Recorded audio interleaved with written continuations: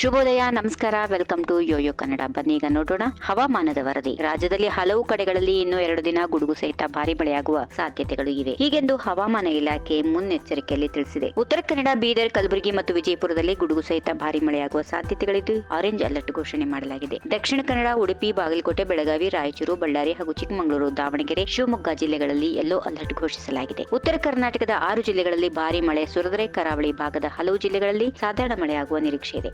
ರಾಜ್ಯದ ಕರಾವಳಿ ಹಾಗೂ ಉತ್ತರ ಒಳನಾಡಿನ ಕೆಲವು ಕಡೆ ಸೋಮವಾರ ಭಾರಿ ಮಳೆಯಾಗುವ ಸಾಧ್ಯತೆಗಳಿದ್ದು ಹವಾಮಾನ ಇಲಾಖೆಯು 7 ಜಿಲ್ಲೆಗಳಿಗೆ ಯೆಲ್ಲೋ ಅಲರ್ಟ್ ಘೋಷಣೆ ಮಾಡಿದೆ. ಉತ್ತರ ಕನ್ನಡ, ಬೆಳಗಾವಿ, ಬಾಗಲಕೋಟೆ, ವಿಜಯಪುರ, ಯಾದಗಿರಿ, ಕಲಬುರಗಿ ಹಾಗೂ ಬೀದರ್ ಜಿಲ್ಲೆಗಳಿಗೆ ಯೆಲ್ಲೋ ಅಲರ್ಟ್ ನೀಡಲಾಗಿದೆ. ಈ ಜಿಲ್ಲೆಗಳೇ ಅಲ್ಲದೆ ಉತ್ತರ ಕನ್ನಡದ ಕೆಲವು ಕಡೆ ನಿರಂತರವಾಗಿ ಗಾಳಿಯೊಂದಿಗೆ ಧಾರಾಕಾರ ಮಳೆಯಾಗುವ ಸಾಧ್ಯತೆಗಳಿವೆ. ಉಳಿದ ಜಿಲ್ಲೆಗಳ ಒಂದೆರಡು ಕಡೆಗಳಲ್ಲಿ ಪ್ರತಿ ಗಂಟೆಗೆ 30 ರಿಂದ 40 ಕಿಲೋಮೀಟರ್ ಗಾಳಿಯೊಂದಿಗೆ ಭಾರಿ ಮಳೆಯಾಗುವ ಸಂಭವ ಇದೆ. ಉಡುಪಿ, ದಕ್ಷಿಣ ಕನ್ನಡ ಹಾಗೂ ಉತ್ತರ ಒಳನಾಡಿನ ಉಳಿದ ಜಿಲ್ಲೆಗಳ ಹಲವು ಸ್ಥಳಗಳಲ್ಲಿ ನಿರಂತರ ಗಾಳಿಯೊಂದಿಗೆ ಸಾಧಾರಣ ಮಳೆಯಾಗುವ ಸಾಧ್ಯತೆಗಳಿವೆ. ದಕ್ಷಿಣ ಒಳನಾಡಿನ ಉಳಿದ ಜಿಲ್ಲೆಗಳ ಕೆಲವು ಕಡೆ ಸಾಧಾರಣ ಮಳೆಯಾಗುವ ಸಂಭವ ಇದೆ ಎಂದು ಇಲಾಖೆ ಮುನ್ಸೂಚನೆಯಲ್ಲಿ ತಿಳಿಸಿದೆ.